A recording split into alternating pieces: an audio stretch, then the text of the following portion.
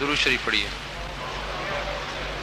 اللهم صل على سيدنا ومولانا محمد معدن الجود والكرم منبع العلم والحلم والحكم وعلى آله وأصحابه وبارك وسلم صلاة وسلاما عليك يا سيدي يا رسول الله صلى الله تعالى عليك وسلم. الحمد لله رب العالمين والعاقبة للمتقين والصلاة والسلام على سيدنا وسيد الأنبياء والمرسلين وعلى آله وأصحابه أجمعين. أما بعد فأعوذ بالله من الشيطان الرجيم. بسم الله الرحمن الرحيم. إن الذين قالوا ربنا الله ثم استقاموا تتنزل عليهم الملائكة. صدق الله مولانا العظيم وبلغنا رسوله النبي الأمين المختار الكريم ونحن على ذلك لمن الشاهدين والشاكرين والحمد لله رب العالمين. عقیدت المحبت احترام کے ساتھ بلند آواز سے پڑھیے الصلاۃ والسلام علیک یا رسول اللہ. الصلاۃ والسلام علیک یا حبیب اللہ. الصلاۃ والسلام علیک یا نبی اللہ وعلی آلک واصحابک یا نور اللہ صلی اللہ تعالی علیہ وسلم. دیر سے آنے والے حضرات سنت اعتکاف کی نیت کرنا اگر بھول گئے ہوں تو سنت اعتکاف کی نیت کر لیں. تمامی حضرات کر لیں. پڑھیے بسم اللہ الرحمن الرحیم. نویت سنت الاعتکاف. سبحان اللہ سبحان اللہ. آپ کے پارٹیسپیشن پر سبحان اللہ. کتنی دیر سے اور اتنی دل کی گہرائی سے آپ پڑھ رہے تھے کہ ایسا لگ رہا تھا کہ آج ہم غریب نواز کے آستانے پر ہی پڑھ رہے ہیں. اس پر ہمارے بہت سارے احباب امیر سنی دعوت اسلامی مولانا محمد شاکر صاحب، اس کے علاوہ دیگر مبلغین معاونین اور لاکھوں خواجہ کے دیوانے اس وقت اجمیر شریف میں موجود ہوں گے. ہم یہاں حی علی الصلاۃ و حی علی الفلاح کر رہے ہیں، وہ وہاں لوگوں کو دعوت دے رہے ہوں گے. جہاں تک سیرت غریب نواز علیہ الرحمہ کا تعلق ہے تو وہ گزشتہ ہفتے آپ نے امیر سنی دعوت اسلامی سے اس کے تعلق سے ایک مفصل خطاب سماعت فرمائی لیا ہے. اب میں فقیر بلا اور کیا اس میں اضافہ کر سکتا ہوں. بہرحال برکت حاصل کرنے کے لیے چند باتیں میں آپ کے سامنے پیش کرنا چاہوں گا اور یہ امید کروں گا کہ صرف زبان سے سبحان اللہ نہیں ہوگی آپ کی، زبان سے تو بولیں گے ہی آپ، لیکن دل بھی مائل ہوگا اور یہاں سے اٹھیں گے تو عمل کا جذبہ لے کر اٹھیں گے. غریب نواز علیہ رحمت و رضوان کی بارگاہ میں اس سے بڑا خراج عقیدت اور کیا ہو سکتا ہے کہ ہم ان کے مشن کو عام کریں، ہم ان کے پیغام کو عام کریں، خود بھی سمجھیں، خود بھی عمل کرنے کا جذبہ حاصل کریں اور دوسروں تک بھی ان کا پیغام پہنچائیں. اللہ تبارک و تعالی ہمیں اس کی توفیق رفیق عطا فرمائے. ابتدا کرتا ہوں ماہ رجب المرجب سے. رجب کا مہینہ بڑی برکتوں اور فضیلتوں والا ہے. آپ ہر سال جب یہ لمحات آتے ہیں تو اس مہینے کے فضائل سماعت فرماتے ہیں. دن گزرتے جاتے ہیں اور ہم دوسرے کاموں میں مصروف ہو کر پھر ان فضائل کو دھیرے دھیرے بھولتے جاتے ہیں. اس لیے ضرورت یہ پیش آتی ہے کہ جب بھی موقع ہو تو یہ ساری چیزیں یاد دلائی جائیں تاکہ کچھ نہ کچھ برکتیں حاصل کرنے کا ہمارا مزاج قائم رہے اور اسی طریقے سے اللہ تبارک و تعالیٰ کے فضل و کرم سے ہمارے نام اعمال میں نیکیوں کا اضافہ ہوتا رہے. میرے پیارے آقا صلی اللہ تعالی علیہ وسلم کے پیارے دیوانوں، آپ اچھی طرح سے جانتے ہیں اور آپ نے بارہا اس بات کو سنا ہے کہ اللہ کے پیارے حبیب رحمت عالم نور مجسم صلی اللہ علیہ وسلم نے ارشاد فرمایا کہ رجب اللہ کا مہینہ ہے، شعبان میرا مہینہ ہے اور رمضان میری امت کا مہینہ ہے. کما قال رسول اللہ صلی اللہ تعالی علیہ وسلم. آپ دیکھیے محرم الحرام سے لے کر ذی الحجۃ الحرام تک، یعنی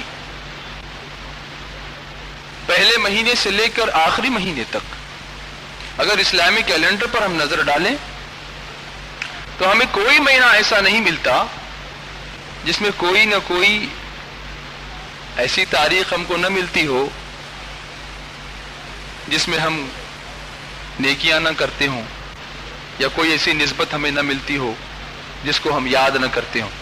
اللہ کے بے شمار بندے کہیں نہ کہیں کسی نہ کسی وقت ہمیں ان ساری نسبتوں سے نوازتے ہیں۔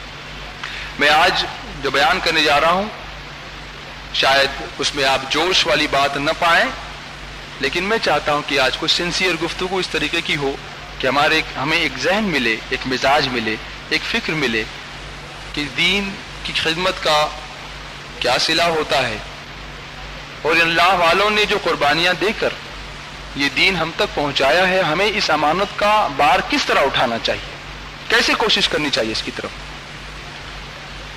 تو ہر مہینے میں کچھ نہ کچھ نسبت ہمیں ملتی ہے، اور پھر ہم ہیں بھی نسبت والے، وسیلے والے۔ اللہ تعالیٰ قرآن عظیم میں فرماتا ہے یا ایھا الذین آمنوا اتقوا اللہ وابتغوا الیہ الوسیلہ وجاہدوا فی سبیلہ لعلکم تفلحون، اے ایمان والو اللہ سے ڈرو۔ اور جب یہ آیت ہم پڑھتے ہیں، کوئی بھی آیت، اس قسم کی بے شمار آیتیں ہیں قرآن عظیم کے اندر جو اس طرح شروع ہوتی ہیں یا ایھا الذین آمنوا، اے ایمان والو، خطاب کس سے ہے؟ ایمان والوں سے۔ سیدھا سمپل سادہ ترجمہ کنز الایمان نکالیے، کھولیے، آپ کو ملے گا یا ایھا الذین آمنوا، اے ایمان والو، او یو بلیورز، انگریزی میں اگر کہنا ہو اے ایمان والو۔ کہیں کہا اتقوا اللہ، اللہ سے ڈرو، یا ایھا الذین آمنوا اتقوا اللہ وابتغوا الیہ الوسیلہ، اے ایمان والو اللہ سے ڈرو اور اس کی طرف وسیلہ ڈھونڈو، اس کی طرف وسیلہ تلاش کرو۔ کہیں اللہ تبارک و تعالیٰ فرما رہا ہے یا ایھا الذین آمنوا اتقوا اللہ وکونوا مع الصادقین، اے ایمان والو اللہ سے ڈرو اور سچوں کے ساتھ ہو جاؤ۔ کیا یہ مناسبت نہیں آپ کو مل رہی یہاں پر؟ وسیلہ ڈھونڈنے کے لیے فرمایا گیا تو انہی لوگوں کا تو وسیلہ ہوگا جو سچے ہیں، جو اللہ کے پیارے ہیں۔ یہاں فرمایا اتقوا اللہ وکونوا مع الصادقین، سچوں کے ساتھ ہو جاؤ۔ کہیں فرمایا یا ایھا الذین آمنوا اتقوا اللہ حق تقاتہ، اے ایمان والو اللہ سے ڈرو جیسا کہ اس سے ڈرنے کا حق ہے۔ کیوں ایسا فرما رہا ہے پروردگار؟ اس لیے کہ وہ جانتا ہے کہ ڈرنے کا دعویٰ کرنے والے تو بہت ہیں، بلکہ کوئی منع ہی نہیں کرے گا، کوئی نہ کہے گا ہی نہیں۔ بھرے مجمع میں بھی آپ کسی سے پوچھ لیں، پوری دنیا میں جا کے پوچھ لیں اللہ سے ڈرتے ہو تو سب کہیں گے ہاں۔ سارے ایمان والے یہی تو کہیں، کہنا بھی چاہیے۔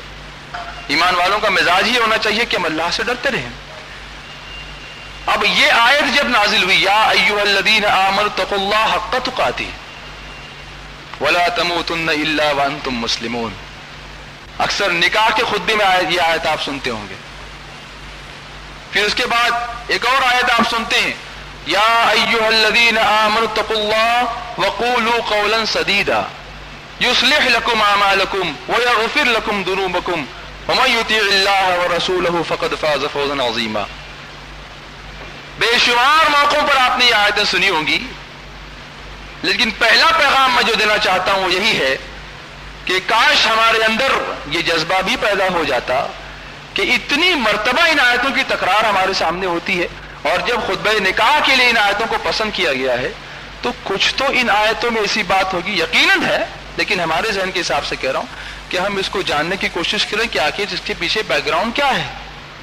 اور جو ایمان والے ہم سے پہلے گزرے ہیں، جو ہم سے پہلے بہتر لوگ گزرے ہیں، یقیناً ہم سے جو آگے گزرے ہیں، آگے گئے ہیں، وہ بہتر ہی ہیں، بلکہ جو زمانہ آگے گیا ہے وہ بھی خیر القرون میں سے ہے۔ سرکار علیہ الصلوۃ والتسلیم فرماتے ہیں کہ سب سے بہترین زمانہ میرا زمانہ ہے، جس وقت حضور رحمت عالم صلی اللہ علیہ وسلم بنفس نفیس بذات خود اپنی حیات ظاہری کے ساتھ اس دنیا میں تشریف فرماتے، وہ بہترین زمانہ فرمایا میرے آقا علیہ الصلوۃ والسلام. پھر فرمایا ثم الذین یلونہم ثم الذین یلونہم، پھر اس کے بعد جو آئے گا، پھر اس کے بعد، یعنی دھیرے دھیرے جو ہے لوگوں کے درجے کم ہی ہوتے جا رہے ہیں.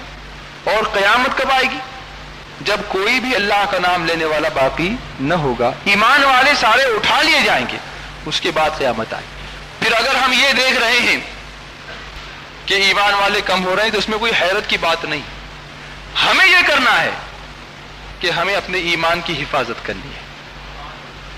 کہیں ایسا نہ ہو، اللہ رحم و کرم فرمائے، کہیں ایسا نہ ہو کہ ایسے لوگوں کے چکر میں ہم آ جائیں جو ایمان کے ڈاکو کہلاتے ہیں، چکنی چپڑی باتوں سے بھولے بھالے مسلمانوں کو سمجھا بجھا کر غلط راہ پر لے جانے کی کوشش کرتے ہیں. اس سے پہلے کہ وہ ڈاکہ ڈالیں اپنے ایمان کو مضبوط کر لو، اللہ سے ڈرو.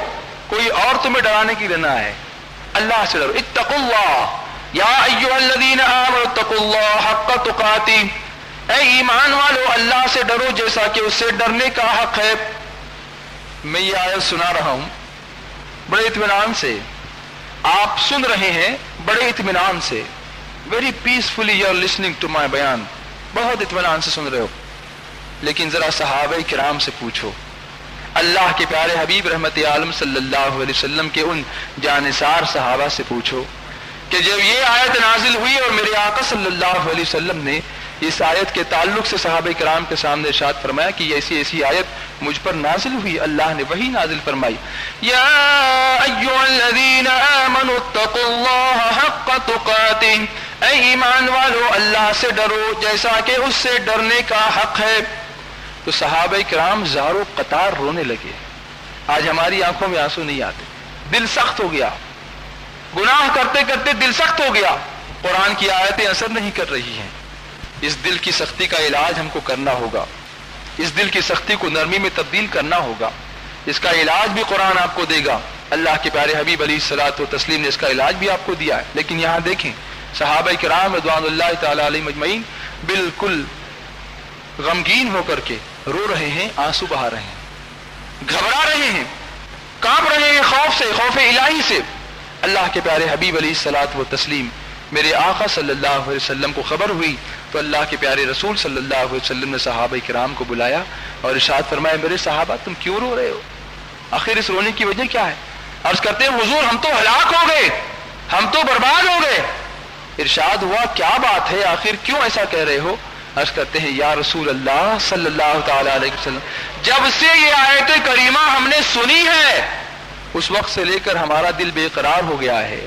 ہمارے دل کو چین نہیں، اطمینان نہیں، سکون نہیں. خوف الہی کے سبب سے، اللہ کے غضب کے سبب سے ہم تھر تھر کانپ رہے ہیں. اللہ تعالیٰ نے فرمایا اے ایمان والو اللہ سے ایسے ڈرو جیسے کہ اس سے ڈرنے کا حق ہے. اور ہم بھلا اللہ سے ڈرنے کا حق کہاں ادا کر سکتے ہیں؟ میں مثال دوں آپ کو، آپ دنیا کی مثال دیتا ہوں سمجھانے کے لیے. آپ کپڑے سلواتے ہیں، کپڑے سینے والے بے شمار، وہ بھی اپنے حساب سے اچھا ہی سی رہا ہے، لیکن آپ کہہ رہے ہیں کہ اس نے حق ادا کیا ہے. کبھی دینی مثال دوں، قرآن عظیم کی تلاوت بہت سارے لوگ کرتے ہیں، لیکن جب آپ کسی خوش الحان قاری قرآن سے جب قرآن عظیم کی تلاوت سنتے ہیں اور آپ کا دل اللہ اور اس کے رسول صلی اللہ علیہ وسلم کی عظمت سے معمور ہوتا ہے تو آپ بے ساختہ یہ کہہ اٹھتے ہیں الحمدللہ ان قاری صاحب نے تو قرآن پڑھنے کا حق ادا کر دیا ہے. کہتے ہیں نا، ایسا کہتے ہیں. معلوم یہ ہوا کہ یوں ہی کچھ کام کرنا اور ہے اور اس کا حق ادا کرنا اور ہے، یعنی جو کچھ اس کے تقاضے ہیں ان سارے تقاضوں کو پورا کرنا گویا اس کا حق ادا کرنا ہے.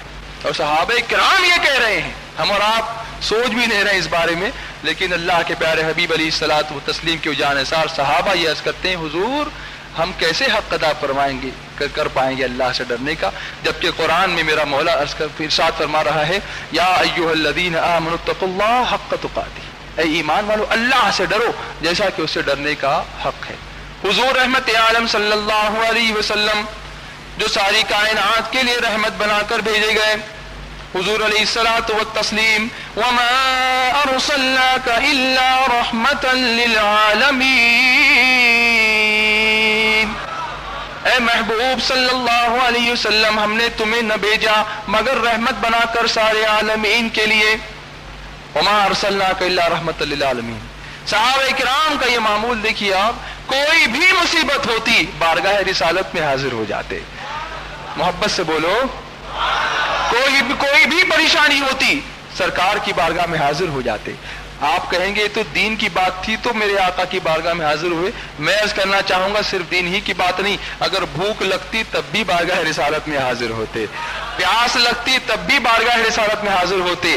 ایک مرتبہ تو حضور رحمت عالم صلی اللہ علیہ وسلم کی بارگاہ میں صحابہ کرام آئے، کسی سفر کا موقع ہے یا کسی جنگ کا موقع ہے، پانی ختم ہو گیا ہے اور حضور علیہ الصلوۃ والتسلیم کی بارگاہ میں لوگ حاضر ہوئے، کہا حضور پانی ختم ہو گیا ہے، نہ وضو کے لیے پانی ہے نہ پینے کے لیے پانی، تھوڑا سا پانی بچا ہوا ہے۔ میرے آقا صلی اللہ علیہ وسلم نے فرمایا کہ لاؤ وہ کٹورا جس کے اندر تھوڑا سا پانی ہے، اس میں میرے آقا علیہ الصلوۃ والتسلیم نے اپنے مبارک دست مبارک کو رکھا اور اس کے بعد دنیا کی نگاہوں نے وہ نظارہ دیکھا کہ سرکار علیہ الصلوۃ والتسلیم کی انگلیوں کے درمیان سے پانی کا چشمہ جاری ہو گیا۔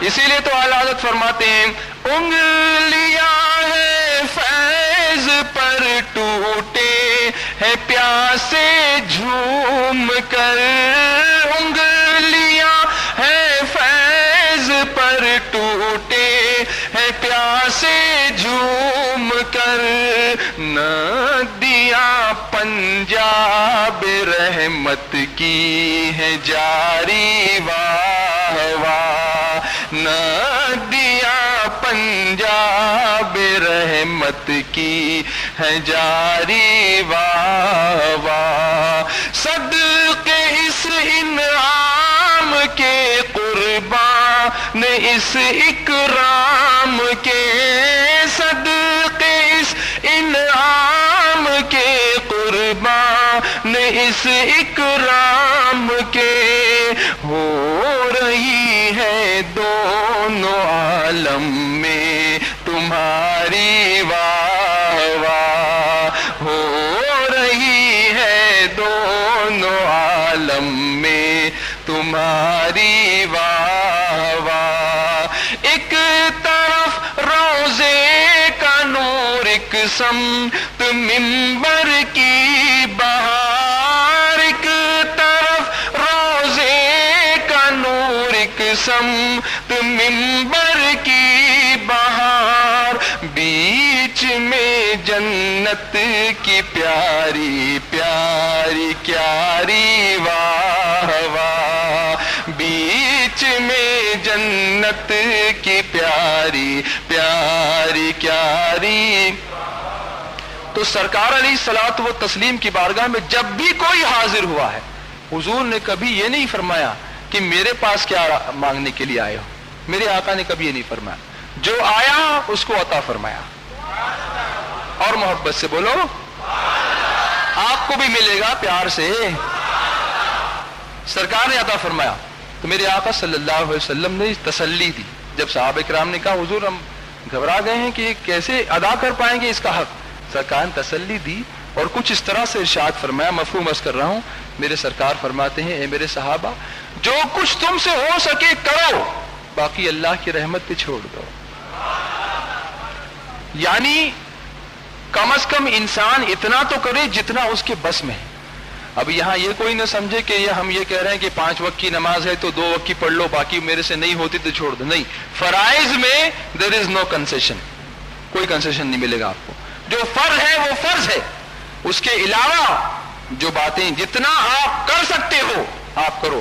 بعض لوگ نوافل کی بھی اہمیت نہیں سمجھتے کہ بھئی نفل ہے پڑھے تو ٹھیک، نہیں پڑھے تو بہرحال نفل ہے پڑھے تو ٹھیک، نہیں پڑھے تو گناہ نہیں، لیکن اس کا آپ جانتے ہیں ان نوافل کا مقام اور اس کا مرتبہ ہمیشہ نہیں چھوڑنا چاہیے، کبھی کبھی پڑھتے رہیں، خاص طور سے ایسی جو بڑی شبیں آتی ہیں، براتیں آتی ہیں، شب برات ہے، شب معراج ہے، شب قدر ہے، رمضان شریف کی راتیں ہیں، عاشورے کی شب ہے، شب عید میلاد النبی ہے، عرفہ کی شب ہے، ایسے موقعوں پر جیسے آج غریب نواز کی شب ہے نا، ایسے موقعوں پر کم از کم کچھ نہ ہو سکے کم سے کم 2 رکعت ہی صحیح اللہ کی بارگاہ میں اپنی عقیدت مندی کا نذرانہ ضرور پیش کریں۔ ہم جانتے ہیں اللہ ہماری ان عبادتوں کا محتاج نہیں ہے، ہم اس کے کرم کے محتاج ہیں، ہم اس کے کرم کے محتاج ہیں۔ جیسے اللہ تعالیٰ ان تمام مثالوں تمثیلوں سے پاک، لیکن سمجھانے کے لیے عرض کرتا ہوں کہ جب کوئی فقیر نہ صحیح، کوئی مانگنے والا نہ صحیح، کوئی کسی کا بات کا حاجت مند جب کسی بادشاہ کے دربار میں جاتا ہے کچھ مانگنے کے لیے، تو یہ دستور ہے کہ جانے والا کچھ تحفہ لے کر جاتا ہے، تحفہ لے کر۔ اب یہ تحفہ وہ اس لیے نہیں لے جاتا کہ بادشاہ کے پاس وہ نہیں ہے چیز، ارے بادشاہ کے پاس تو سب ہے، لیکن وہ اس لیے لے کر کے جاتا ہے کہ شاید اسی تحفے کی وجہ سے کچھ خاص نظر کرم ہو جائے، کچھ خاص نظر کرم ہو جائے۔ غریب نواز کی بارگاہ میں جانے والے چادروں کا تحفہ اسی لیے لے کر کے جاتے ہیں، وہ نیاز کا تحفہ اسی لیے لے کر کے جاتے ہیں، ایصال ثواب کا تحفہ اسی لیے لے کر کے جاتے ہیں تاکہ اس وجہ سے کچھ خصوصی نگاہ کرم ہو جائے۔ بہرحال، اور اللہ تبارک و تعالی بے نیاز ہے، وہ ہماری عبادتوں کا محتاج نہیں ہے، لیکن اگر ہم نماز پڑھ کر اس کی بارگاہ میں اپنی نیاز مندی کا ثبوت پیش کرتے ہیں، اپنی عبودیت کا ثبوت پیش کرتے ہیں، یعنی اچھے بندے ہونے کا نذرانہ پیش کرتے ہیں اللہ کی بارگاہ میں، تو اللہ تبارک و تعالی اپنے فضل و کرم سے ہمیں اپنے خصوصی کرم سے مالا مال فرماتا ہے۔ تو نوافل کی کثرت کرنا، اس سے بھی بڑے بڑے مرتبے ملتے ہیں۔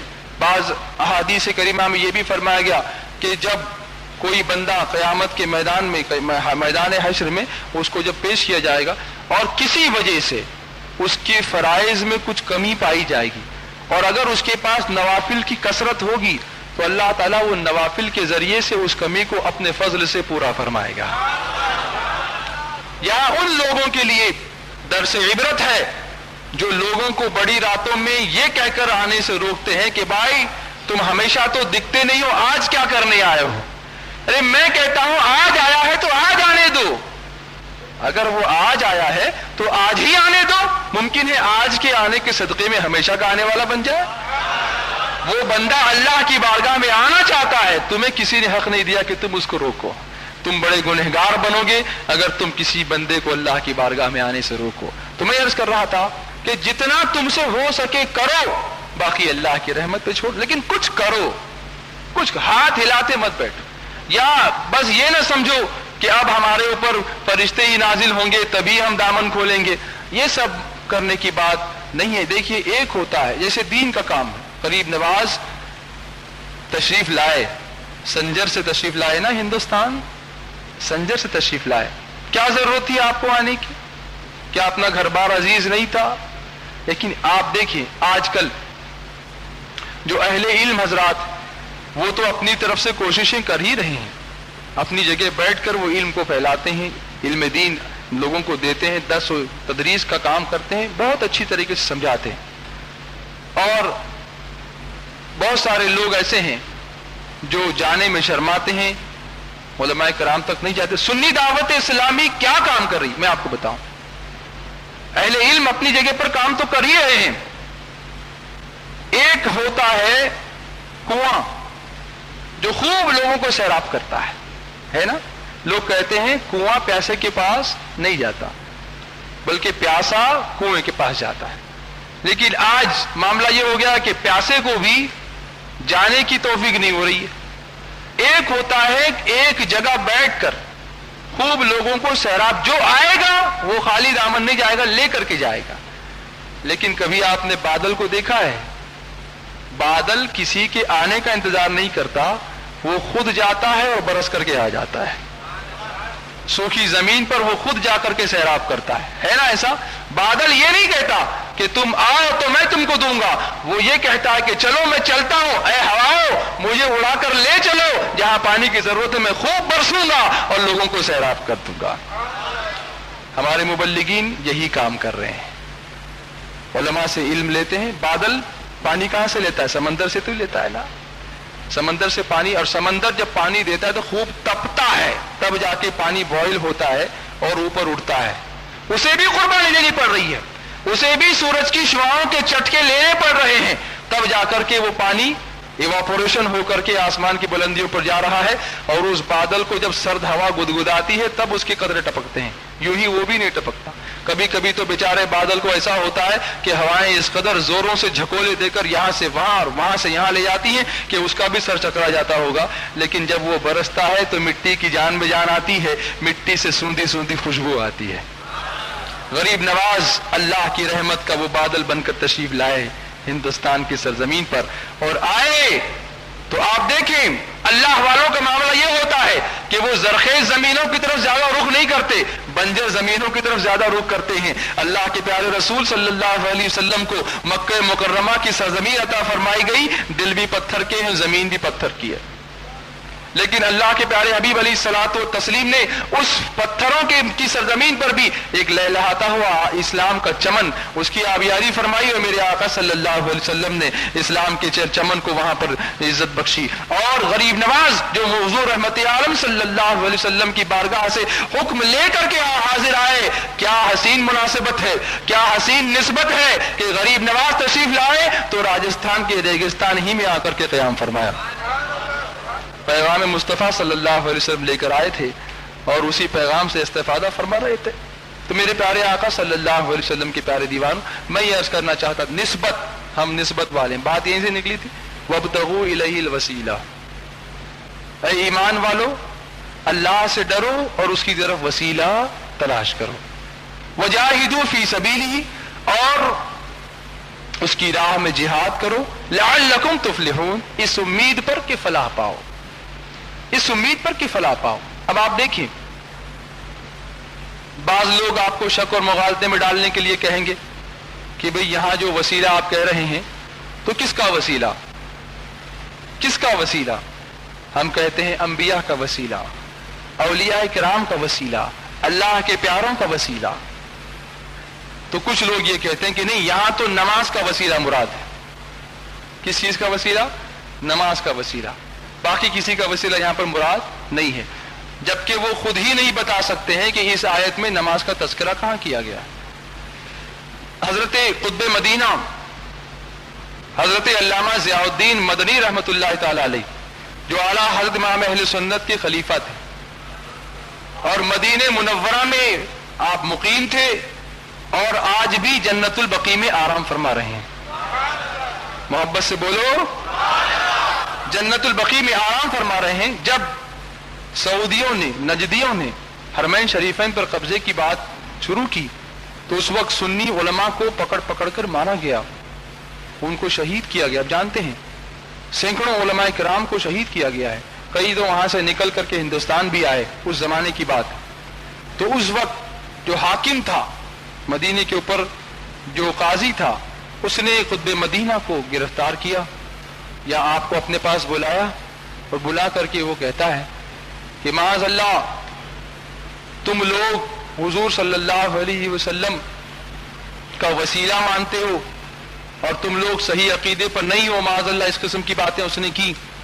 تو آپ نے فرمایا کہ وسیلہ تو قرآن پاک سے ثابت ہے، اس میں اتنا برا ماننے کی کیا بات ہے؟ کہا کہاں ثابت ہے؟ تو آپ نے یہی آیت کریمہ تلاوت فرمائی، یا ایھا الذین آمنوا اتقوا اللہ وابتغوا الیہ الوسیلہ۔ کہا یہاں تو نماز کا وسیلہ مراد ہے۔ تو آپ نے مسکرا کے فرمایا، اچھا تیری بات ایک لمحے کے لیے ذرا ٹھہر جا، میں تجھ سے سوال کروں، ذرا یہ بتا کہ جتنی نمازیں تو نے زندگی میں پڑھی ہیں، چلیے نماز کا وسیلہ مان لیا جائے، تو جتنی نمازیں تو نے پڑھی ہیں، کیا تجھے پورا یقین ہے کہ ساری نمازیں مقبول ہی ہیں یا کچھ مردود بھی ہو سکتی ہیں؟ کہا یہ تو میں نہیں کہہ سکتا کہ ساری نمازیں مقبول ہیں۔ اچھا پھر فرمایا کہ یہ بتا کہ حضور رحمت عالم صلی اللہ علیہ وسلم کے بارے میں تیرا کیا خیال ہے کہ حضور اللہ کی بارگاہ کے مقبول ہے کہ نہیں ہے؟ تو کہا بے شک مقبول ہے۔ کہا تیری عقل پر ماتم کرنے کو جی چاہتا ہے کہ جس چیز کے بارے میں ڈاؤٹ ہے کہ وہ مقبول ہے یا نہیں، اس کا وسیلہ تو مان رہا ہے، اور جن کے بارے میں کوئی شک نہیں کہ مقبول بارگاہ خدا بندی ہے، ان کا وسیلہ ماننے کو تو تیار نہیں۔ ہم نسبت والے ہیں، اسی لیے ان راتوں کی نسبتوں سے ان اللہ والوں کو ہم یاد کرتے ہیں۔ یا یہ بھی آپ سمجھیں ان کو کیوں ہم یاد کرتے ہیں؟ کچھ لوگ نہیں یاد کرتے، ہم کیوں یاد کرتے ہیں؟ غریب نواز کی چھٹی شب ہم کیوں مناتے ہیں؟ تو آپ دیکھیں نسبت بڑی عظیم چیز ہوتی ہے۔ مثال کے طور پر میں آپ کو بتاؤں، ایک کپڑا آپ دکان سے خریدتے ہیں، اس سے آپ کرتا بناتے ہیں، اور اسی کپڑے کے جیسے اور کپڑے سے آپ قرآن عظیم کا جزدان بناتے ہیں۔ آپ کرتا استعمال کرتے ہیں تو استعمال کرنے سے پہلے اسے سر آنکھوں سے نہیں لگاتے، اسے نہیں چومتے، لیکن اسی کپڑے سے قرآن عظیم کا جزدان اگر آپ بناتے ہیں، غلاف بناتے ہیں، تو جیسے ہی قرآن کو کھولنا چاہتے ہیں پہلے آپ اس کو چومتے ہیں، قرآن کو چومنا چاہتے ہیں لب کپڑے سے لگتے ہیں، اور اگر اس کپڑے کو قرآن عظیم سے جدا بھی کر دیا جائے تب بھی آپ اس کی تعظیم کرتے ہیں، احترام کرتے ہیں، اس کی تکریم کرتے ہیں، اسے زمین پر گرنے نہیں دیتے۔ کیا وجہ ہے بھائی؟ اس سے ہی کرتا سلایا تھا، کرتے کو تو زمین پر پھینک رہے ہیں اور اسی کپڑے سے قرآن کا جزدان بنایا تو اس کپڑے کو زمین پر گرنے نہیں دے رہے ہیں۔ آخر اس کی وجہ کیا ہے؟ جواب دینا پڑے گا، اس لیے کہ اس کپڑے کو اب قرآن سے نسبت ہو گئی ہے، نسبت ہو گئی ہے، اس لیے وہ معظم ہو گیا ہے، وہ مکرم ہو گیا ہے، وہ تعظیم کے قابل ہو گیا ہے۔ جس کپڑے کو قرآن عظیم سے نسبت ہو جائے وہ تعظیم کے قابل ہو جاتا ہے، تو جس ولی کو اللہ سے نسبت، اللہ کے رسول صلی اللہ علیہ وسلم سے نسبت ہو جائے، جس کے دل میں اللہ کی محبت پنہاں ہو جائے، وہ ولی قابل تعظیم، قابل احترام کیوں نہ ہوگا؟ اور آپ دیکھیں بعض لوگ یہ کہتے ہیں کہ آپ عید میلاد النبی مناتے ہو یا غریب نواز کی چھٹی مناتے ہو، ٹھیک ہے اگر ان کے وصال کی مناسبت سے مناتے ہو، اس لیے کہ ان کے وصال کے دن اللہ کی خاص رحمتیں ان پر نازل ہوئی، اس لیے ان کو یاد کرتے ہو، وصال ثواب کرتے ہو، تو وہ ایک دن تو گزر گیا۔ جس دن آپ تشریف لے گئے دنیا سے، آج تو نہیں تشریف لے جا رہے ہیں، یا حضور رحمت عالم صلی اللہ علیہ وسلم کا میلاد مناتے ہیں، تو سرکار تو 12 ربیع الاول کو جب تشریف لائے تھے تب تشریف لائے، اس وقت میلاد تھا، ان کو یاد کرتے ہو، وصال ثواب کرتے ہو، تو وہ ایک دن تو گزر گیا۔ جس دن آپ تشریف لے گئے دنیا سے، آج تو نہیں تشریف لے جا رہے ہیں، یا حضور رحمت عالم صلی اللہ علیہ وسلم کا میلاد مناتے ہیں، تو سرکار تو 12 ربیع الاول کو جب تشریف لائے تھے تب تشریف لائے، اس وقت میلاد تھا، آج تو میرے آقا بار بار دنیا میں حاضری نہیں فرما رہے ہیں، میلاد مصطفیٰ تو ہو چکا، تو اب اس کو ہر سال منانے کی کیا تک ہے؟ میں پوچھتا ہوں مسلمانوں، اگر اسی مزاج پر پرکھا جائے تو آپ لیلۃ القدر کیوں مناتے ہیں؟ اس لیے کہ لیلۃ القدر کے بارے میں قرآن میں فرمایا گیا انا انزلناہ فی لیلۃ القدر، لیلۃ القدر وما ادراک ما لیلۃ القدر، لیلۃ القدر خیر من الف شہر، انا انزلناہ فی لیلۃ القدر، یعنی بے شک ہم نے قرآن کو لیلۃ القدر میں اتارا، تو وہ لیلۃ القدر تو وہی ہونی چاہیے تھی جس میں واقعتاً قرآن عظیم کی آیتیں نازل، آج تو نازل نہیں ہو رہی ہے، تو آپ آج اس کو لیلۃ القدر مان بھی رہے ہو، اس کی فضیلت کو مان بھی رہے ہو، اس میں عبادت کر بھی رہے ہو، اور اس کو 1000 مہینوں سے افضل سمجھ بھی رہے ہو، اس لیے کہ قرآن کا ارشاد ہے، تو آج قرآن نازل نہیں ہو رہا پھر بھی لیلۃ القدر منائی جا رہی ہے۔ اسی طرح سے آج سرکار کا میلاد تو ہو چکا لیکن اس کی نسبت سے آج بھی میلاد منایا جا رہا ہے، غریب نواز کا وصال تو پہلے ہو چکا لیکن اسی کی نسبت سے آج بھی ان کا عرس منایا جا رہا ہے۔ سمجھانے کی بات ہے، سمجھنے کی بات ہے، نسبت بڑی عظیم چیز ہے۔ اسی طریقے سے میرے آقا صلی اللہ علیہ وسلم کے پیارے دیوانوں، ماہ رجب المرجب کو بہت بڑی نسبت ہے، بہت بڑی نسبت۔ اللہ کے پیارے حبیب علیہ الصلوۃ والسلام ارشاد فرماتے ہیں رجب اللہ کا مہینہ ہے، کتنی بڑی نسبت، محبت سے بولو، سمجھ میں نہیں آ رہا ہے کیا؟ میرا مزاج تو ایسا ہے نہیں کہ سمجھ میں آ رہا ہو تو بھی چوپ، نہ سمجھ میں آ رہا ہو تو بھی چوپ، میں تو یہ کہتا ہوں سمجھ میں آ رہا ہو تو بھی سبحان اللہ، نہیں آ رہا ہو تو بھی تو بولتے رہو، ذرا زندگی کے آثار پیدا کرو اپنے اندر۔ رجب اللہ کا مہینہ، میرے آقا فرماتے ہیں شعبان میرا مہینہ اور رمضان المبارک میری امت کا مہینہ ہے۔ اے اللہ، شروع گفتگو اسی سے ہوئی تھی، سارے مہینے اللہ کے، سارے مہینوں میں کچھ نہ کچھ نسبتیں موجود ہے کہ نہیں ہے؟ محرم الحرام کو خاص طور سے شہیدان کربلا کی یاد سے نسبت، ویسے تو عاشورے کے دن بے شمار واقعات اور ہوں گے انشاءاللہ، ہوں گے واقعات بہت سارے۔ آخری مہینہ قربانی کا مہینہ، اس مہینے کو حضرت اسماعیل علیہ السلام کی قربانی سے نسبت، اسی لیے وہ زیادہ مشہور، اور حج کا مہینہ بھی ہے نا۔ اسلامی سال شروع ہوا قربانی سے، ختم بھی ہوا قربانی پر، ہے کہ نہیں ہے؟ پہلے مہینے میں امام عالی مقام کی قربانی، آخری مہینے میں اسماعیل علیہ السلام کی قربانی، دونوں کو ہم یاد کرتے ہیں۔ معلوم ہوا کہ پورا اسلام قربانی چاہتا ہے، سیکریفائس چاہتا ہے، ابتدا قربانی، انتہا قربانی۔ عشق رسول کی ابتدا میں بھی قربانی ہے اور انتہا میں بھی قربانیاں دینی پڑتی ہیں، اور جب قربانی دے کر کے وہ لوگ اللہ کی راہ میں استقامت اختیار کرتے ہیں تو اللہ اعلان فرماتا ہے ان الذين قالوا ربنا الله ثم استقاموا تتنزل عليهم الملائكة ألا تخافوا ولا تحزنوا وأبشروا بالجنة التي كنتم توعدون.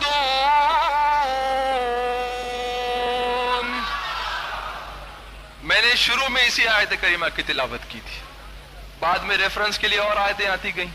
ان الذین قالوا ربنا اللہ ثم استقاموا، بے شک وہ لوگ جنہوں نے کہا ہمارا رب اللہ ہے اور پھر جم گئے، استقامت اختیار کر لی، جم گئے، کوئی ان کو ٹس سے مس نہیں کر سکا. حوادث، آفات، بلائیں، دشمنی، کوئی چیز ان کو نہیں ہلا سکی، پائے استقامت میں لغزش نہیں آ سکی. ثم استقاموا، جم گئے. کیا ہوتا ہے؟ تتنزل علیہم الملائکہ، ان پر اللہ کی رحمت کے فرشتے نازل ہوتے ہیں.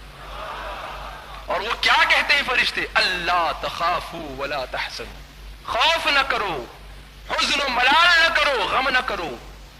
اللہ تخافوا ولا تحزنوا، غم نہ کرو، خوف نہ کرو. وابشروا بالجنة التي كنتم توعدون، ہم تم کو اسی جنت کی بشارت دیتے ہیں جس کا تم سے وعدہ کیا گیا ہے. اور اس کے بعد بھی کیا کیا خوشخبریاں ہیں اللہ والوں کے لیے، ایسے لوگوں کے لیے جو استقامت اختیار کرتے ہیں. نحن اولیاؤکم فی الحیات الدنیا وفی الآخرہ، ہم تمہارے دوست ہیں، ہم تمہارے نحن اولیاؤکم، کہاں؟ فی الحیات الدنیا وفی الآخرہ، ہم دنیا کی حیات میں بھی تمہارے دوست ہیں اور آخرت میں بھی تمہارے ہم نشین ہیں. محبت سے بولو. یہاں بھی فرشتے دوستی کا اظہار فرما رہے ہیں، قیامت میں بھی وہ ہمارے دوست ہوں گے، ہمارے رفیق ہوں گے. نحن اولیاؤکم فی الحیات الدنیا وفی الآخرہ وَلَكُمْ فِيهَا مَا تَشْتَهِي أَنفُسُكُمْ، اور اس میں وہ ہر چیز موجود ہوگی تمہارے لیے جس کی تمہیں خواہش ہوگی، جس کی تمہیں چاہت ہوگی، جو مانگو گے تم کو دیا جائے گا. وَلَكُمْ فِيهَا مَا تَدَّعُونَ، اور ہر چیز اس میں موجود ہوگی اس جنت کے اندر جس کا تم سے وعدہ کیا گیا. ساری چیزیں تم کو عطا فرمائی جائیں گی، لیکن اس کے لیے ضروری ہے استقامت. استقامت ضروری ہے. بات نکلی تھی رجب اللہ کا مہینہ، محبت سے بولو. آج بار بار بولنا پڑ رہا ہے، کیا بات ہے؟ رجب اللہ کا مہینہ، اے اللہ ایسی کوئی خاص بات یا رسول اللہ صلی اللہ تعالی علیہ وسلم کوئی خاص بات کہ آپ نے خصوصیت کے ساتھ فرمایا رجب اللہ کا مہینہ؟ تو آپ دیکھیں قرآن عظیم اللہ تبارک و تعالی ارشاد فرماتا ہے ان عدت الشہور عند اللہ 12 شہرا، بے شک اللہ کے نزدیک گنتی کے مہینے 12 ہیں. مفہوم عرض کر رہا ہوں، کتنے مہینے؟ 12 یعنی 12 مہینے. فی کتاب اللہ یوم خلق السماوات والارض منها اربعۃ حرم، اس میں سے جس دن سے زمین و آسمان کو پیدا کیا گیا اس وقت سے کتنے مہینے گنتی کے؟ 12، اور اس میں سے 4 مہینے حرمت والے، 4 مہینے حرمت والے، خصوصی حرمت ان کو عطا فرمائی گئی. 4 مہینے، اس میں پہلے تو ہے محرم الحرام، پھر درمیان میں رجب المرجب، اور آخر میں 2 مہینے ذی القعدہ اور ذی الحجہ، ہے نا؟ ذی القعدہ اور ذی الحجہ، 4 مہینے حرمت والے. زمانے جاہلیت میں بھی ان مہینوں میں قتل و قتال حرام تھا، لوگ جنگیں لڑتے رہتے تھے. آپ جانتے ہیں اللہ کے پیارے حبیب علیہ الصلوۃ والتسلیم کی دنیا میں تشریف لانے سے پہلے بات بات پر تلواریں نکلتی تھیں، اور تلواریں بھی ایسی نکلتی تھیں کہ نسل در نسل جو ہے وہ جنگیں چلتی تھیں، وہ جنگیں کبھی ختم ہی نہیں ہوتی تھی. لیکن جب رجب کا چاند دیکھتے تو رجب کا چاند دیکھتے ہی سارے لوگ اپنی تلواروں کو میان کر دیتے تھے اور سارے جھگڑے بند کر دیتے تھے. ایک مہینے کے لیے خاموش رہتے تھے کہ یہ مہینہ حرمت والا مہینہ ہے. رجب اللہ کا مہینہ ہے. اس میں قتل و قتال نہیں ہوگا, اس میں جنگ و جدال نہیں ہوگا, اس میں ہوگا تو نیکیوں کی باتیں ہوں گی. سرکار غوث اعظم رضی اللہ تعالیٰ عنہ اپنی کتاب غنیۃ الطالبین میں فرماتے ہیں رجب بیج بونے کا مہینہ ہے. اور محبت سے بولو, یہ بیج بو گے انشاءاللہ پھل کاٹو گے. یہ بھی یہاں بیج بویا جا رہا ہے. یہ سبحان اللہ جو ہم کہہ رہے ہیں یہ بیج بویا جا رہا ہے. جنت میں درخت ملے گا. بیج یہاں بو رہے ہیں اور درخت کہاں ملے گا؟ جنت میں. حدیث پاک میں فرمائے گا جو شخص ایک بار کہتا ہے سبحان اللہ, اللہ تعالیٰ فرماتا ہے میرے فرشتوں میرے اس بندے کے لیے جنت میں درخت لگا دو. رجب بیج بونے کا مہینہ, اس میں کثرت سے سبحان اللہ کہا کرو. اور فرماتے ہیں شعبان اس کو سیراب کرنے کا مہینہ, پانی دینے کا مہینہ.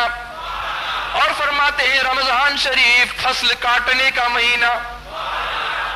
ایک بیج اگر کوئی انسان بوتا ہے کھیت کے اندر تو کتنی بالیاں آتی ہیں اس میں سے, ہے نا. رجب میں ایک نیکی کا بیج آپ نے بویا, شعبان میں شب برات میں توبہ کے پانی سے اس کو پانی دیا, اور رمضان میں ایک فرض کا 70, ایک نفل کا ایک فرض, اور ایک نیکی کم از کم 700 گنا اس کا ثواب اللہ تعالیٰ عطا فرماتا ہے. دانا ایک بویا تھا, بالیاں 700 دانوں کی مل رہی ہیں, یا اللہ چاہے تو اس سے زیادہ کی, اللہ چاہے تو اس سے زیادہ. رجب بیج بونے کا مہینہ, شعبان سیراب کرنے کا مہینہ, اور رمضان شریف فصل کاٹنے کا مہینہ. خوب لیتے جاؤ, خوب لیتے جاؤ. اور جانتے ہو اللہ تبارک و تعالیٰ کتنا کریم ہے. میں کہنا کچھ چاہتا ہوں, آگے بڑھتے بڑھتے بیچ میں کچھ نہ کچھ شاخیں نکلتی ہیں. درخت کی بات ہو رہی تو شاخیں بھی تو نکلیں گی, پھر ایک نظر گھڑی پر بھی ہوتی ہے میری, تو کہیں آپ کو جانے میں دیر نہ ہو جائے. چپ ہے, اس کا مطلب ختم کروں. درود شریف سنائیے, بولوں اللہم صلی علی سیدنا مولانا محمد وعلی آلہ واصحابہ وبارک وسلم صلاۃ و سلام علیک یا رسول اللہ. اللہ تعالیٰ کتنا کریم. ہم کو قدر نہیں ہے, جو نیکیاں ہم کرتے ہیں خود ہمیں اس کی قدر نہیں. دیکھیے میں آپ کو اس کی قدر سمجھاؤں. کسی نیکی کو چھوٹا مت سمجھو میرے عزیز, کبھی چھوٹا مت سمجھنا اس کو. اور کسی نیکی سے غفلت نہ کرنا, کبھی غفلت نہ کرنا. اللہ اکبر.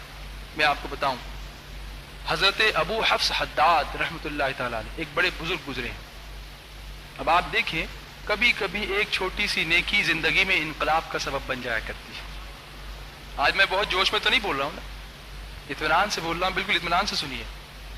ایک چھوٹی سی نیکی بڑے انقلاب کا سبب, ٹرن اراؤنڈ کا سبب بنتی ہے, زندگی بدل جاتی ہے, زیر و زبر ہو جاتی دل کی دنیا کبھی ایک چھوٹی سی نیکی سے. اس لیے کبھی نیکی کرنے میں پسو پیش نہ کرنا. جو نیکی کر سکو کر ڈالو. ممکن نہیں, ممکن ہے کہ آئندہ لمحہ نیکی کے لیے ملے نہ ملے ہم کو نہیں معلوم.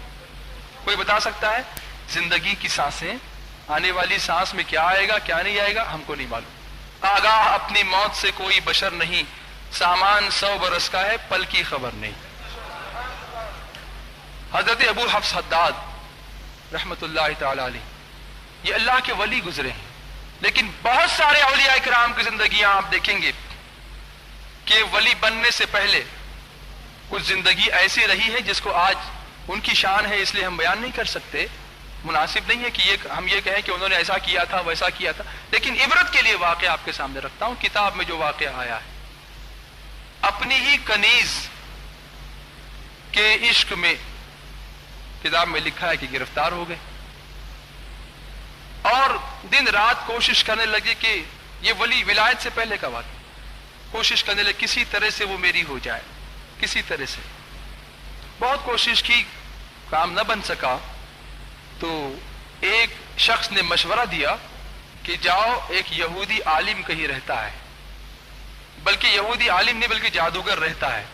یہودی ہے, جادو کے گر جانتا ہے, اور اس کے بارے میں مشہور ہے کہ ایسے لوگوں کی مرادیں وہ پوری کروا دیتا ہے اپنے جادو کے طلسم سے. آپ اس کے پاس جائیے, شاید آپ کا کام ہو جائے.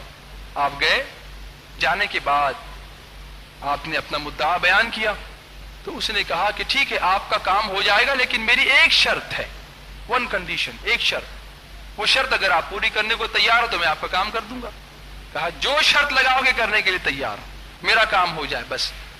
اس نے کہا آپ ایسا کریں، مجھے اپنا جادو کرنے میں 40 دن کا وقفہ لگے گا، 40 دن تک آپ کو یہ احتیاط کرنی ہوگی کہ آپ کوئی نیکی نہ کریں، کوئی نیکی نہ کریں۔ اگر آپ نے ایک بھی نیکی کر لی تو میرے جادو کا اثر ختم ہو جائے گا، میرا جادو کام نہیں کرے گا، اس کے ذمہ دار آپ ہوں گے، میں نہیں ہوں گا۔ کہا ٹھیک ہے، میں یہ وعدہ کرتا ہوں، کوشش کروں گا کہ 40 دن تک کوئی میں نیک عمل نہ کروں۔ اللہ تعالیٰ ایسی چیزوں سے ہمیں محفوظ رکھے اور ہمیشہ نیکیاں کرنے کی توفیق عطا فرمائے۔ اب آگے دیکھیے کیا ہوتا ہے۔ 40 دن مکمل ہو گئے اور اس کے بعد وہ یہودی جادوگر کے پاس پہنچے اور کہا اے یہودی، اے جادوگر، 40 دن تک تیری شرط میں پوری کر کے آیا ہوں، اب تو تیرا جادو اثر کرے گا؟ کہا میرا جادو اثر نہیں کر سکتا، میرا جادو تمہارے لیے اثر نہیں کر سکتا۔ کہا پھر کس لیے مجھ سے یہ کام رکوایا تھا تو نے؟ کہا میں یہی تو کہنا چاہتا ہوں کہ یقیناً تم نے 40 دن کے اندر کوئی نہ کوئی نیکی ضرور کی ہے، کوئی نہ کوئی نیکی تم نے ضرور کی، اس لیے میرا جادو جو ہے وہ اثر نہیں کر رہا ہے، ورنہ یقیناً میرا جادو اثر کرتا رہا۔ لیکن ایک دن میں راستے سے گزر رہا تھا کہ اچانک میں نے دیکھا کہ راستے میں ایک پتھر درمیان میں پڑا ہوا ہے۔ میرے دل میں ایک بات آئی کہ کہیں یہ پتھر کسی کو ٹھوکر لگنے کا سبب نہ بن جائے، اس لیے میں نے اس پتھر کو راستے سے ہٹا کر کنارے کر دیا۔ جادوگر نے کہا اے اللہ کے بندے، اگرچہ میں یہودی ہوں لیکن میں تجھ کو یہ نصیحت کرتا ہوں کہ اس اللہ سے ڈرو جس نے تمہاری اس ایک نیکی کو بھی ضائع نہیں ہونے دیا، بلکہ اسی ایک نیکی کو قبول فرما کر مجھے یقین ہے کہ میرے جادو سے اس نے تمہیں بچا لیا ہے۔ جب اتنی چھوٹی سی نیکی کو بھی قبول فرما کر اس نے میرے شر سے تم کو محفوظ رکھا ہے تو تمہیں کیا ہوا ہے کہ تم اپنے اللہ کی بارگاہ میں جا کر اسی سے سوال نہیں کرتے، مغفرت طلب نہیں کرتے؟ جاؤ، لوٹ جاؤ، تمہارا مذہب بڑا پیارا ہے۔ میں عرض کرنا چاہتا ہوں مسلمانوں کہ جب ایک چھوٹی سی نیکی، اور اللہ کے پیارے رسول صلی اللہ علیہ وسلم نے یہ فرمایا بھی ہے کہ راستے سے تکلیف دینے والی چیز کا ہٹا دینا بھی صدقہ ہے۔ میرے آقا علیہ الصلوۃ والسلام فرماتے ہیں سبحان اللہ کہنا بھی صدقہ ہے، الحمدللہ کہنا بھی صدقہ ہے، لا الہ الا اللہ کہنا بھی صدقہ ہے، راستے سے تکلیف دینے والی چیز کا ہٹا دینا بھی صدقہ ہے۔ اور میرے سرکار فرماتے ہیں اگر کچھ نہ تم کر سکو، اپنی زبان میں عرض کر رہا ہوں، اگر تم سے کچھ بھی نہ ہو سکے تو اپنے مسلمان بھائی کو دیکھ کر مسکرانا بھی صدقہ ہے۔ کسی نیکی کو چھوٹا مت سمجھو، جم جاؤ بالکل۔ ان الذین قالوا ربنا اللہ ثم استقاموا، بے شک وہ لوگ جنہوں نے یہ کہا ہمارا رب اللہ ہے اور پھر اس پر جم گئے۔ جب جمو گے تو نیکیاں ہی نیکیاں کرو گے، اور جہاں ڈگمگاؤ گے تو شکوک و شبہات پیدا ہوں گے، یہ کروں تو کیا ہوگا، وہ کروں تو کیا ہوگا، غریب نواز کی بارگاہ میں جائیں کہ نہ جائیں، ارے ان کے پاس نہ جائیں تو کس کے پاس جائیں؟ یہی آئے تو ایمان ہم کو ملا ہے نا۔ انہوں نے محنتیں کی، قربانیاں دی، انہوں نے مجاہدے کیے، انہوں نے اللہ کے پیارے رسول صلی اللہ علیہ وسلم کے فرمان کے مطابق یہاں آ کر ہم پر احسان فرمایا ہے نا۔ ایسا رجب اللہ کا مہینہ، بات چلی تھی وہیں سے، رجب شہر اللہ، رجب اللہ کا مہینہ ہے۔ کیوں؟ اللہ تعالیٰ کو اپنے محبوب سے بے انتہا محبت ہے نا، اپنے محبوب سے بے انتہا محبت۔ زمین و زمان تمہارے لیے، مکین و مکان تمہارے لیے، چنین و چنا تمہارے لیے، بنے دو جہاں، دہن میں زبان تمہارے لیے، بدن میں ہے جان تمہارے لیے، ہم آئے یہاں آقا تمہارے لیے اور اٹھے بھی وہاں تمہارے لیے۔ اللہ تعالیٰ اپنے محبوب سے بے انتہا محبت فرماتا ہے۔ تو جس مہینے میں اللہ جل شانہ نے اپنے محبوب کو اسرا کی راحت عطا فرمائی، سبحان الذی اسرا کا تاج عطا فرمایا، ثم دنا فتدلی والا قرب عطا فرمایا، والنجم اذا ہوا والی فضیلت عطا فرمائی، اس مہینے کو اللہ تبارک و تعالی نے اپنا مہینہ قرار دیا۔ اور جس مہینے میں امت کی بخشش کی ایک رات رکھی، رسول اللہ کو امت سے بڑی محبت، اس لیے اس مہینے کو رسول اللہ نے اپنا مہینہ قرار دیا۔ اور جس مہینے میں امت کو خوب نیکیوں سے مالا مال ہونے کا موقع دیا، میرے آقا نے اس مہینے کو اپنی امت کا مہینہ قرار دیا۔ شعبان کو اپنا مہینہ قرار دیا اور رمضان شریف کو امت کا مہینہ قرار دیا۔ رجب اللہ کا مہینہ ہے، شعبان میرا مہینہ ہے، میرے آقا فرماتے ہیں رمضان شریف میری امت کا مہینہ ہے۔ مسلمانوں جھوم جاؤ، وہ مولا بھی کریم، میرے آقا بھی کریم ہے نا، یہ دو کریم ہیں، سبحان اللہ سبحان اللہ۔ اور کتنا کرم فرماتے ہیں ہمارے اوپر، ہے نا۔ رجب، اس میں روزے رکھنے کی بڑی فضیلت، اس میں نمازیں پڑھنے کی بڑی فضیلت۔ کیوں اس کو رجب کہا گیا؟ بعض علماء فرماتے ہیں، انہیں تو طالبین میں سرکار غوث اعظم نے لکھا، بعض علماء فرماتے ہیں کہ رجب کے معنی ترجیب سے مشتق ہے، ترجیب سے بنا ہے رجب۔ ترجیب بعض علماء فرماتے ہیں کہ سہارا دینے کو کہتے ہیں۔ جس زمانے میں مہینوں کے نام رکھے گئے وہ کھجوروں کے پکنے کا موسم تھا، اور کھجوروں کے بوجھ سے جب ڈالیاں جھکتی تھی تو درخت بھی جھکتے تھے، تو وہ کھجوروں کے مالکان اپنے درختوں کو اور ڈالیوں کو زمین پر گرنے سے بچانے کے لیے لکڑیوں کا ان کو سہارا دے کر روکا کرتے تھے، اسی لیے اس کو ترجیب کہا گیا، ترجیب سے رجب بنا۔ آپ کہنے دیجئے مجھے کہ اللہ کی رحمت بھی اسی مہینے کے اندر گنہگاروں کو جہنم میں گرنے سے روک کر سہارا، اپنی رحمت کا سہارا دیتی ہے، اسی لیے اس مہینے کو رجب کہا گیا۔ اس کا ایک اور نام ہے شہر اسم، گونگا، بہرا۔ جو گونگا ہوتا ہے اکثر بہرا بھی ہوتا ہے۔ جب مہینہ ختم ہوتا ہے تو اللہ کی بارگاہ میں مہینہ پہنچتا ہے، اللہ تعالیٰ فرماتا ہے اے رجب میرے بندوں کے احوال بیان کر۔ رجب ساری نیکیاں بیان کرتا ہے، بارگاہ الہی سے ارشاد ہوتا ہے کہ اے رجب کیا میرے بندوں نے نیکیاں ہی کی تھی، کوئی گناہ نہیں کیا؟ عرض کرتا ہے مولا تو نے ہی مجھے گونگا بہرا بنا کے بھیجا کہ میں مومنوں کے صرف نیکیاں ہی دیکھوں، گناہ دیکھوں ہی نہیں، گناہ کے بارے میں سنوں ہی نہیں، جو تو نے فرمایا وہ میں نے کیا۔ اللہ اکبر۔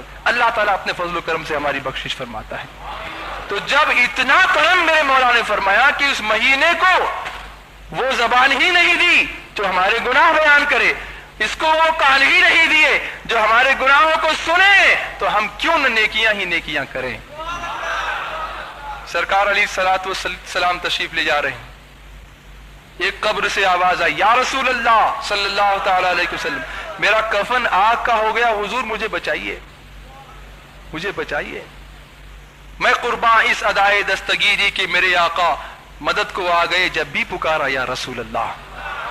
سرکار نے دعا فرمائی، کفن ٹھنڈا ہوا، پھر میرے آقا علیہ الصلوۃ والسلام نے صحابہ کرام سے فرمایا میرے صحابہ یہ آدمی مجھ سے فریاد کر رہا تھا، اس کا کفن آگ کا ہو گیا تھا، ارے اگر یہ شخص ماہ رجب المرجب میں ایک روزہ بھی رکھتا تو اس پر یہ عذاب ہرگز نہ ہوتا۔ ماہ رجب شریف کے روزوں کی یہ فضیلت اور اس کے اندر نمازوں کی فضیلت، کچھ دعائیں ایسی آئی ہیں کہ اس دعاؤں کی خاص فضیلت ماہ رجب المرجب میں ہے۔ میں ساری دعائیں یا ساری نمازیں، سارے وظیفے اب اس وقفے کے اندر بیان کرنے سے معذور ہوں، اس لیے کہ گھڑی کہہ رہی ہے کہ اب ذکر و دعا ہم کو کرنی چاہیے۔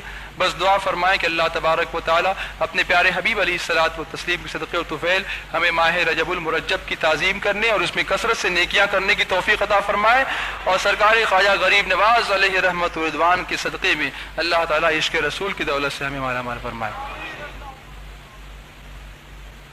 ایک عمل میں آپ کو بتا ہی دوں، حضور رحمت عالم صلی اللہ علیہ وسلم نے فرمایا جب رجب کا چاند طلوع ہو گیا، اگر اس مہینے میں کوئی مومن مرد یا عورت 20 رکعت نماز اس طرح پڑھے کہ ہر رکعت میں سورہ فاتحہ اور سورہ اخلاص یعنی قل هو اللہ شریف 3 بار اور سورہ کافرون 3 بار پڑھے، یعنی سورہ کافرون قل یا ایھا الکافرون 3 مرتبہ، اور پھر سورہ اخلاص یعنی قل هو اللہ شریف 3 مرتبہ پڑھے، 2 کر کے 20 رکعتیں پڑھے، تو اللہ تعالیٰ اس کے تمام گناہوں کو معاف فرما دیتا ہے، مٹا دیتا ہے، معاف فرما دیتا ہے، اور اس کو اتنا اجر عطا فرمائے گا کہ جیسے اس نے پورے مہینے کے روزے رکھے، اور اس کا شمار آئندہ سال تک نماز پڑھنے والوں میں کیا جائے گا، یعنی اس کو سال بھر نماز پڑھنے کے برابر ثواب ملے گا، اور شہید بدر کے عمل کے برابر اس کے اعمال کو روزانہ بلند سے بلند تر کیا جائے گا، شہید بدر کے عمل کے برابر اس کے اعمال بلند ہوتے رہیں گے، اونچائی پر پہنچتے رہیں گے، اور ہر دن کے روزے کے بدلے سال بھر کی عبادت کا ثواب اس کے لیے لکھا جائے گا، اور اس کے 1000 درجے بلند کیے جائیں گے، اور اگر اس نے پورے مہینے میں یعنی ماہ رجب کے پورے روزے رکھے اور یہی نماز پڑھی جو ابھی بتائی گئی، تو اللہ تعالیٰ اس کو دوزخ سے بچا لے گا اور اس کے لیے جنت واجب فرما دے گا، اور وہ خداوند قدوس کے قرب و جوار میں ہوگا، یعنی اس کی رحمت سے قریب ہوگا۔ تو آپ نے سمجھ لیا 20 رکعت، اللہ توفیق دے تو پڑھیں، نہیں پڑھیں گے تو کوئی بات نہیں، لیکن یہ ہے کہ زیادہ اگر چاہتے ہیں کہ کچھ خاص عنایتیں اس مہینے میں حاصل کر لیں اللہ کی بارگاہ سے، تو پڑھ لیں 20 رکعت نماز، ہر رکعت میں 3 بار سورہ فاتحہ کے بعد 3 بار قل یا ایھا الکافرون اور 3 مرتبہ سورہ اخلاص، اس کو پڑھنا ہے، 20 رکعت نماز آپ پڑھیں، پھر جو دعا مانگنی ہے آپ کو مانگے۔ ویسے دعائیں منقول بہت ہیں لیکن کافی تفصیل ہو جائے گی، اس لیے میں آپ کے سامنے عرض نہیں کرتا، بس دعا کریں اللہ تعالیٰ اس پر عمل کرنے کی توفیق عطا